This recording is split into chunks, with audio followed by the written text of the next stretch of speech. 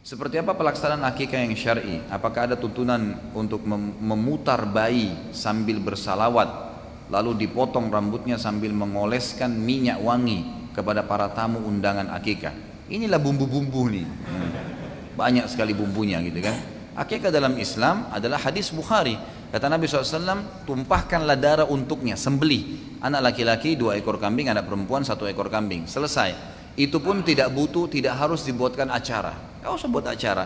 Setelah disembeli dibagikan kepada fakir miskin, anak yatim. Tapi kalau kita mau juga, kata sebagian ulama, mengundang orang ya sebagai bentuk syukur lahirnya anak ini, tapi tidak membuat acara khusus. Misalnya kerabatnya, teman-temannya diberikanlah makanan tersebut karena memang makanan itu disembeli dengan cara syar'i ya. Untuk bayi ini maka dibolehkan.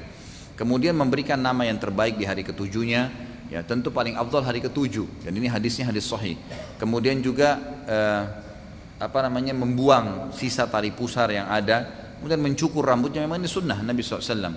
Lalu rambutnya itu setelah dicukur, itu ditimbang dengan timbangan perak atau emas, lalu dinilai berapa nilai dalam bentuk uang. Kalau kita sekarang rupiah, kemudian disedekahkan kepada fakir miskin, itu dianjurkan.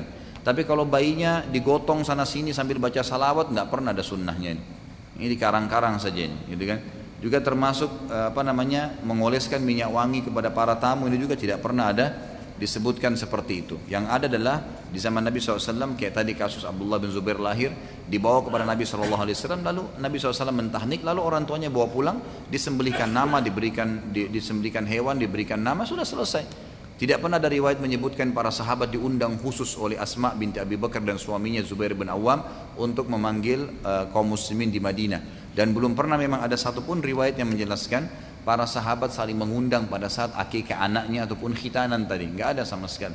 Jadi memang kita umum saja, sembelih lalu bagikan gitu kan. Itu kurang lebih seperti itu. Nah, tahnik itu kurma yang dihancurkan, dikunyah oleh orang soleh. Ayahnya boleh, ibunya boleh, atau satu orang soleh. Seperti masyarakat Madinah ya, pada saat mereka kedatangan atau kelahiran anak, maka mereka pertama sekali begitu lahir dibawa kepada Nabi SAW, dan tradisi Nabi SAW mentahnik mereka. Di antaranya kisah sahih hadis Bukhari tentang Abdullah ibn Zubair radhiyallahu anhuma, gitu kan? Anak sahabat Nabi yang mulia Zubair bin Awam yang dijamin masuk surga. Anaknya itu ibunya Asma binti Abi Bakar. Jadi cucunya Abu Bakar, Abdullah bin Zubair yang terkenal radhiyallahu anhum ajma'in. Jadi beliau waktu lahir dibawa, gitu kan? Sempat tersebar isu di Madinah. Ya, setelah hijrah Nabi SAW ke Madinah, selama 4 bulan gak ada anak laki-laki yang lahir. Setiap ada wanita Islam melahirkan pasti perempuan. 4 bulan, setiap hari ada orang melahirkan.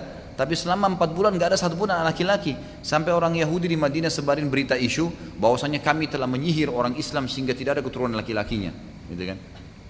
Setelah 4 bulan datanglah, hijrahlah dari Mekah Asma binti Abi Bakar radhiyallahu anhum ajma'in dengan suaminya Zubair bin Awam, yang terkenal salah satu dari 10 jamin masuk surga. Hijrah sementara beliau hamil, pas tiba di Madinah melahirkan, dan anaknya laki-laki, Abdullah diberikan nama. Itulah Abdullah bin Zubair, maka diberikan julukan Abdullah bin Zubair adalah anak pertama laki-laki lahir setelah hijrah Nabi SAW. Maka ini akhirnya menepis isu orang-orang Yahudi yang mengatakan telah menyihir kaum muslimin, kebohongan gitu kan. Lalu dibawalah kepada Nabi SAW, lalu Nabi SAW mentahniknya, mengunyah kurma sampai halus dan menempelkan di langit-langit. Tentu ini sedikit saja ya. Nah, anak bayi itu masih kecil ya, kerongkongannya, jangan satu butir kurma semua, kesian ya. Sedikit saja, antum kunyah kecil sedikit. Saya berapa kali lakukan sama anak saya, itu kecil sekali. Boleh 1 buah kurma, tapi berulang kali gitu kan. Itu pun sampai halus sekali sehingga memang dia tinggal mengisap saripatinya gitu kan. Seperti itulah, itu disunnahkan dan ini ulama tidak menentukan hari.